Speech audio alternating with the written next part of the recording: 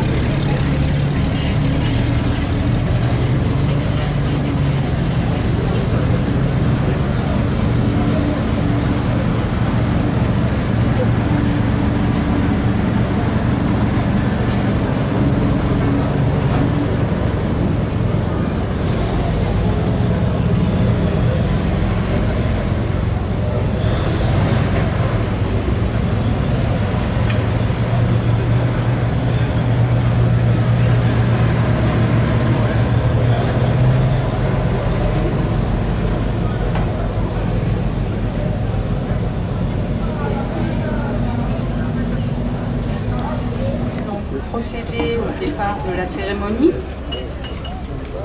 Garde à vous.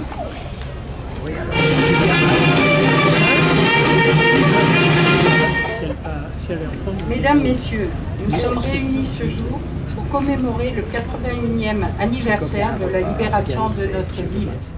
Que les Français et la jeunesse écoutent le silence des 60 millions de morts de cette guerre mondiale pour comprendre et réfléchir sur la signification du mot « liberté ».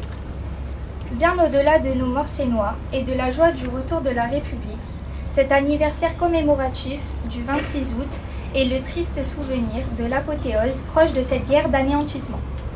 Que les Français et la jeunesse n'oublient pas la reconnaissance due à tous les morts, connus et inconnus, sur nos plages de débarquement, dans nos plaines et montagnes, et certains combats acharnés dans nos villes et villages. Que les Français et sa jeunesse aient une pensée pour celles et ceux torturés dans les lieux les plus sordides, celles et ceux fusillés au bord d'un chemin ou d'une clairière les plus obscures, parfois en catimini, de nuit, celles et ceux anonymisés par un numéro, déportés dans un camp de travail pour mourir d'épuisement, notamment dans un des innombrables camps de concentration qui ont inondé l'Europe. Enfin, celles et ceux condamnés pour résistance à mourir, nuit et brouillard. Que les Français et sa jeunesse se souviennent de nos libérateurs, des 55 500 prisonniers de la France libre qui n'ont jamais cessé le combat, de l'armée des ombres, des troupes alliées, de l'armée d'Afrique et des combattants français de métropole et d'outre-mer du débarquement de Provence. En ce 81e anniversaire de la Libération, nous pensons particulièrement aux engagés pour la Libération, plus oubliés, avec notamment Marie-Madeleine Foucard, alias Hérisson, à la tête du plus grand réseau de résistance commandé par une femme, le réseau Alliance. Nous pensons au corps des volontaires françaises, rattachées à la France libre, qui constitue la première unité militaire féminine dans l'histoire de l'armée française avec 500 femmes pionnières. comme Teresa Torres, Paulette Stadler, engagée dans la France libre en 1941, aux côtés de Janine Boulanger-Hortin, engagée à 17 ans à Londres, à Hélène Terret, l'ancienne commandante à Londres de ce corps de volontaires et tous les autres.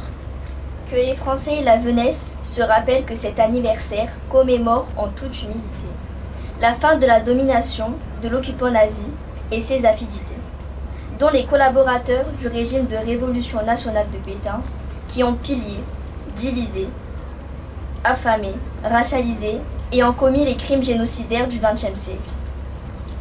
Que les Français et la jeunesse se rappellent que la libération, c'est le retour de la France, notre France. Clôturons cette allocution par des extraits du poème « À la France » de Victor Hugo, pour déclamer notre amour pour notre pays, notre culture, par les mots du poète. Charme l'Europe et plaise au monde. Ah, je voudrais n'être pas français pour pouvoir dire que je te choisis, France, et que, dans ton martyre, je te proclame, toi que ronge le vautour, ma patrie et ma gloire, et mon unique amour. Vive la liberté, vive la Seine-sur-Mer, vive la France libre, vive la France. L'infanterie coloniale, la 3e division d'infanterie algérienne, les tirailleurs sénégalais, le groupe naval d'assaut, les commandos d'Afrique et les commandos de choc qui débarquèrent le 15 août dans le golfe de Saint-Tropez, dans la baie de Cavalère et au Cap-Nègre. Avec eux luttèrent les combattants de l'ombre, descendus de leur maquis.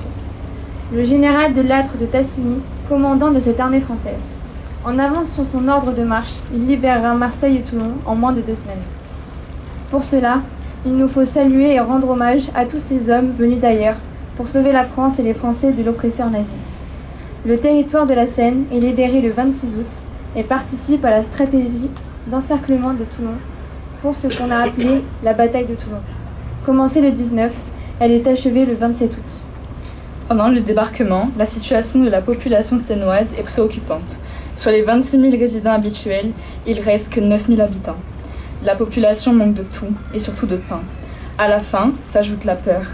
Le 11 juillet 1944, le bombardement de la ville entraîne une formidable panique dans l'émissaire du Cap Sissier, qui, contre toutes les règles, servait d'abri. On déplore 88 morts, mais le martyre de la ville devait continuer. L'ennemi aux abois se livre aux destructions des infrastructures de manière à ralentir les futurs approvisionnements arrière. À la Seine, conformément aux ordres donnés par leur état-major, les troupes allemandes s'ingénient à réduire à néant toutes les installations portuaires, quais, grues, machines, ateliers, entrepôts, cales de lancement.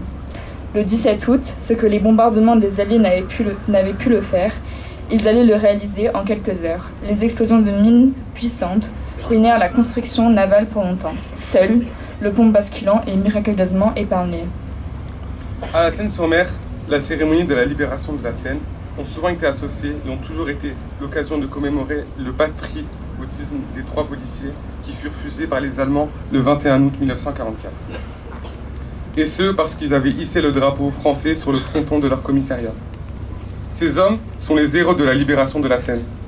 En commémorant aujourd'hui la libération de la Seine, nous souhaitons, au nom de l'ensemble du CMJ et des jeunes Sénois, honorer les militaires étrangers et ou français de l'armée, de l'air, de terre ou de mer.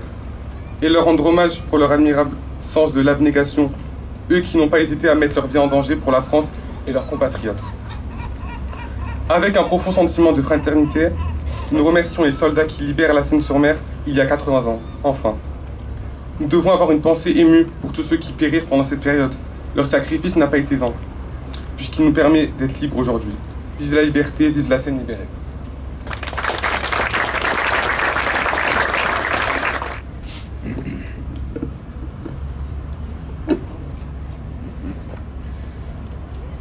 Mesdames et messieurs, bonsoir. Je suis heureuse que cette année, le comité que je représente, le comité local de la NACRE, puisse prendre la parole par ma voix. Ce n'était pas le cas précédemment. En fait, nous pourrions célébrer 2 anniversaires aujourd'hui. Il y a 236 ans, jour pour jour, le peuple français, libéré du joug de la monarchie, accédait enfin aux droits qui lui étaient dus. En effet, la Déclaration des droits de l'homme et du citoyen a été adoptée le 26 août 1789. L'article 1er qui stipule « Les hommes naissent et demeurent égaux en droit », les distinctions sociales ne peuvent être fondées que sur l'utilité commune, est l'un des fondements de notre Constitution. Coïncidence heureuse, parallèle intéressant. Car à cette même date, 156 ans plus tard, libérés du joug des nazis et du régime de Vichy, les Seinois allaient pouvoir retrouver la liberté et la démocratie. Il y a donc tout juste 81 ans, notre ville était libérée grâce à l'action conjuguée de 2 forces. Les militaires de l'armée B du général Delattre de Tassigny, débarqués le 16 août 1944 au Lavandou, qui comptait 250 000 personnes, dont 5 000 auxiliaires féminines. On l'oublie souvent. Cette armée était composée de membres des forces françaises libres, de pieds noirs et majoritairement d'hommes venus des colonies françaises de l'époque. Maghreb, Afrique noire, Antilles, Polynésie, Madagascar, Indochine, Liban, Syrie. Ce sont d'ailleurs des tirailleurs algériens qui ont libéré la Seine. Et aujourd'hui, qui sait, côtoyons-nous peut-être leurs descendants sans le savoir. La deuxième force, ce sont les résistants. Le réseau F2, dont les précieux renseignements permirent aux Alliés de connaître les emplacements des positions de défense et l'état des forces ennemies. Rappelons à ce sujet que ce réseau avait été dirigé par le capitaine de vaisseau Jacques Trollet de Prévost jusqu'en mars 1944. Dénoncé et arrêté ainsi que son épouse Lotka, torturés, ils seront fusillés tous les deux sans avoir parlé à Bron, près de Lyon, le 19 août 1944, peu avant la libération de la ville. La préparation militaire marine de la Seine porte d'ailleurs son nom. Ce sont aussi les résistants des maquis et ceux des villes qui épaulèrent et guidèrent les troupes alliées, leur permettant de libérer la côte jusqu'à Marseille en moins de 15 jours, soit avec 3 semaines d'avance sur le calendrier prévu. Leur aide et leur efficacité seront unanimement reconnues et louées aussi bien par le commandement français que le commandement américain dans plusieurs communiqués. Par exemple, le général Delattre de Tassigny leur rendra hommage en ces termes, je cite: « L'heure de notre délivrance a effectivement été hâtée par l'action des maquis, mais ce serait par trop réduire leur rôle que d'en retenir seulement le bilan matériel. Ils ont aussi achevé de galvaniser l'âme de la France. Ils ont été le levain qui a permis l'inoubliable insurrection des jours de libération. » Fin de citation. Voici également un extrait du journal du 117e escadron de cavalerie américain. Je cite: « Les opérations couronnées de succès de l'escadron peuvent être attribuées à l'ampleur considérable de l'aide apportée par le maquis français. Nombre de maquisards ont offert leur service et se sont rattachés à différentes unités. Ils contactaient des groupes qui agissaient en avant de nos troupes, qui ensuite achevaient de mettre l'ennemi en déroute. Cette aide des plus précieuses était en fait une source d'inspiration. Leurs actes de bravoure étaient contenus dans la belle tradition d'un peuple amoureux de la liberté et donnant son sang pour libérer son pays des oppresseurs. À tous, fin de citation. À tous, nous devons une reconnaissance éternelle et nous ne les oublierons pas. Je vous remercie.